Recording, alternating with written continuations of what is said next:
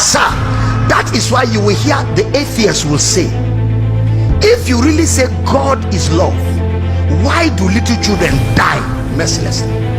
How can a good God allow evil things happen to good people? That is the question in the mind of people who don't want God. They feel, how can there be a God anywhere? And children die at birth, and women struggle. A boy said to me, I saw my mother dying. I cried and I said, God, if you really are there, please let my mother stay. I don't have a father, I don't have anybody. Oh God, I beg you. And my mother still died. How can I believe in that kind of God? That is the question in the mind of people that don't like your church. That is the question in the mind of people that don't come to church, because we preachers have preached a God of judgment and a God of love. How can they trust a God who has the tendency for evil and the tendency for good? What kind of a double-minded God? Why is God so mentally agitated?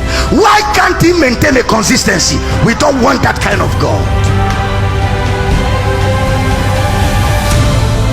The world is asking questions. They are in dire need of answers.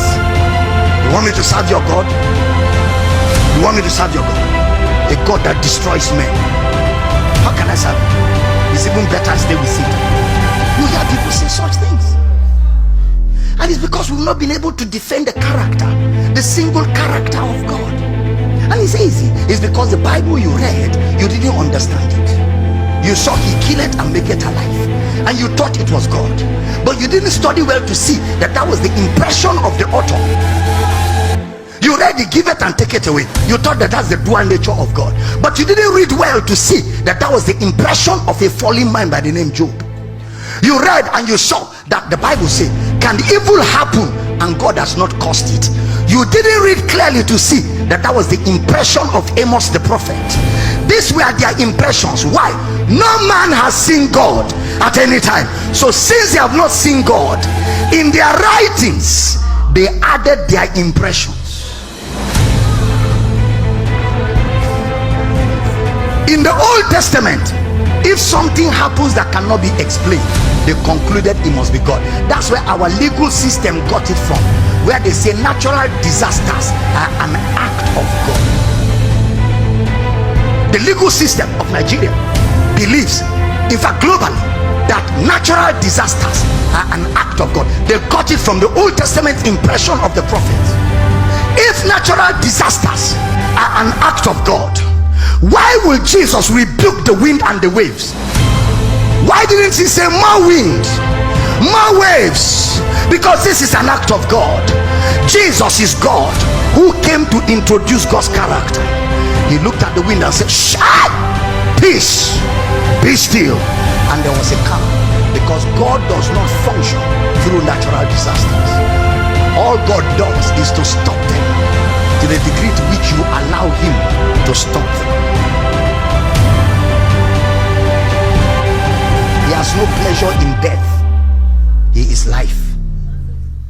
I am come that you may have life. That's God's character. Jesus, I love Jesus. You know, Jesus is God in human flesh, who came to help man understand God. That's why he came in humanity, because his target is man. So he came in man's form. So in man's form he can explain God to man, so man can understand God, so that man and God can be a family. Jesus showed up.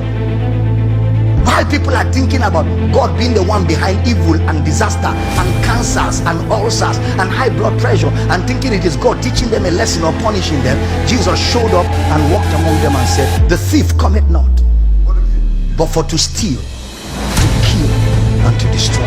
Meaning, I am not the killer, I'm not the stealer, I'm not the destroyer.